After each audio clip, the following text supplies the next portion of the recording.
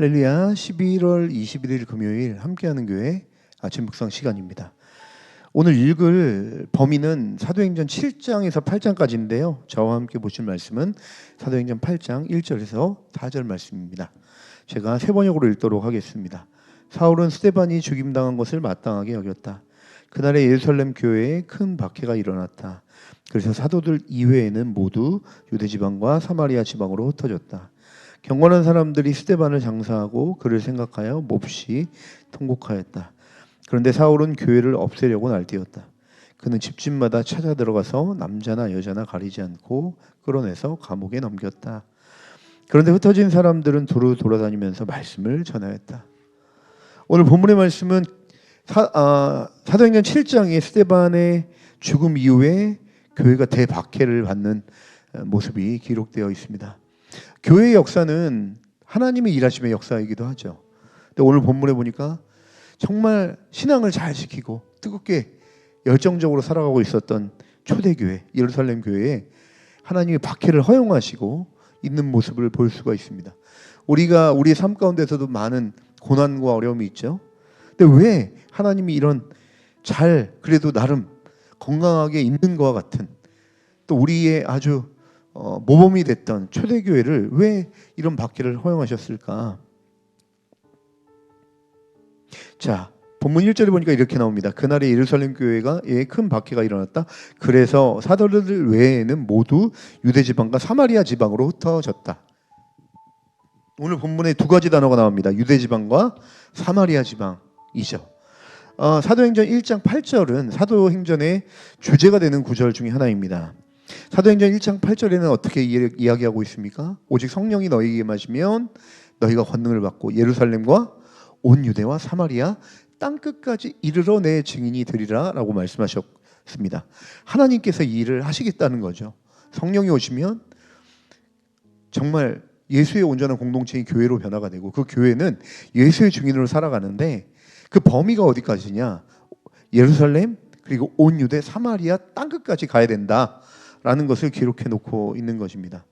하지만 예루살렘 교회는 여러 가지 많은 이슈, 특별히 문화적 장벽을 넘어설 수 없었죠. 그래서 예루살렘 지방에만 갇혀 있었습니다. 하나님은 그 지역에만 가만히 있는 것을 원치 않으셨습니다. 그래서 성령의 바람을 불어넣으시죠. 그 바람이 어디로 갑니까? 오늘 본문 1절에 유대 지방과 사마리아 지방으로 흩어지는 역사로 나타나게 된 것입니다. 근데 하나님께서는 그 도구를 무엇을 사용했습니까?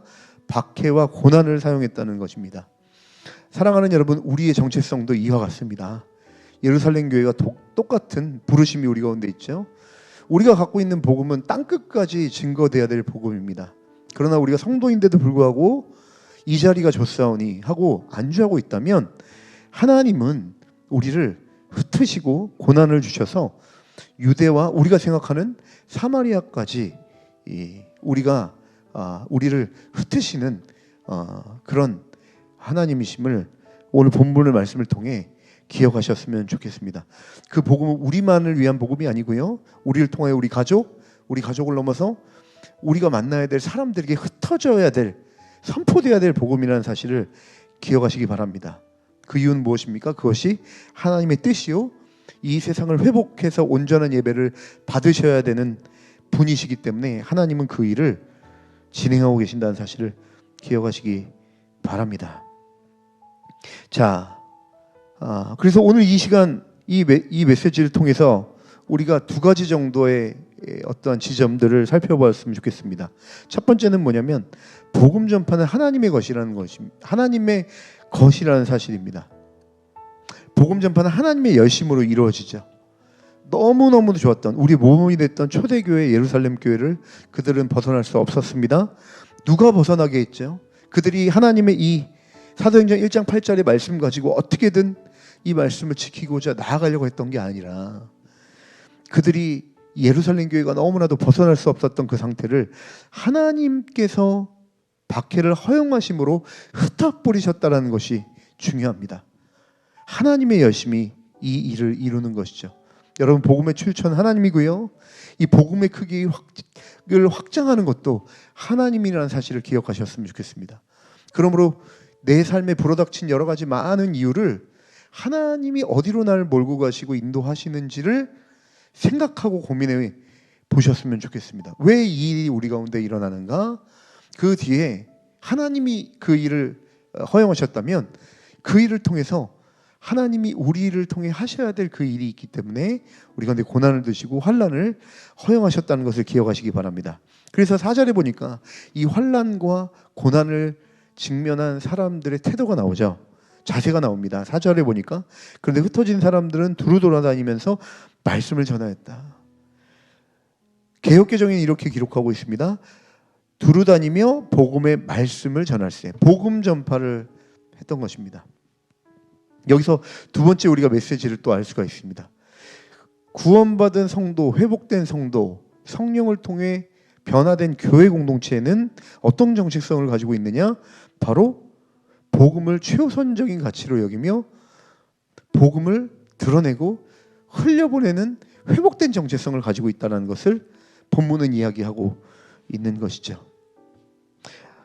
하나님의 고난으로 인하여 성도들은 흩어질 수밖에 없었고 흩어지면서 성도의 정체성, 예수의 증인된 삶에 동참하고 참여하고 있는 모습을 오늘 본문은 이야기해주고 있는 것입니다.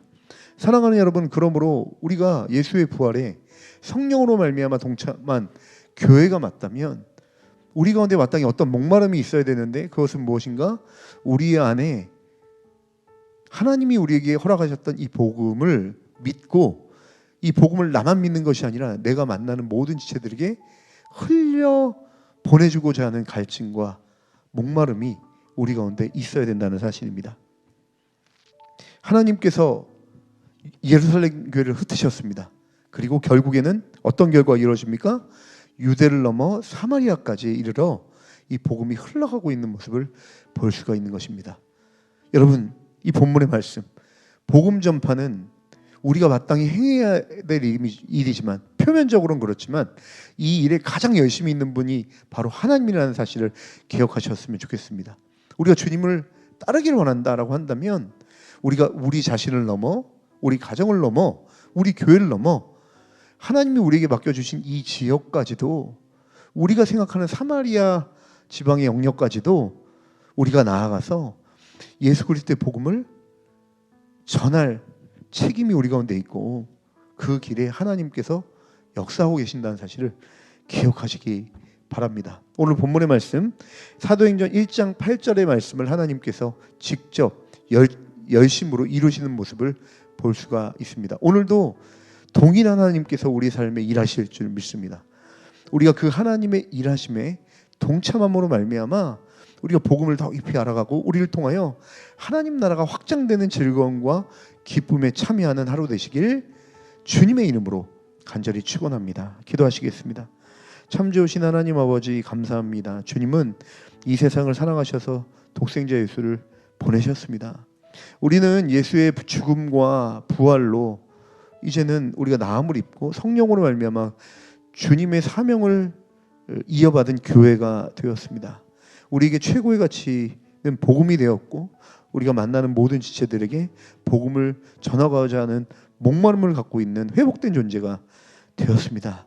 주님은 지금도 우리 가정을 넘어 이 지역과 민족과 열방에 관심이 있으신 분인데 우리가 회복된 주님 안에 살고 있는 공동체라면 주님이 바라보고 있는 그 영혼에게 우리가 갖고 있는 이 복음을 마땅히 증거할 수 있는 그런 하루가 될 수 있도록 우리를 사용해 주시고 인도하옵소서.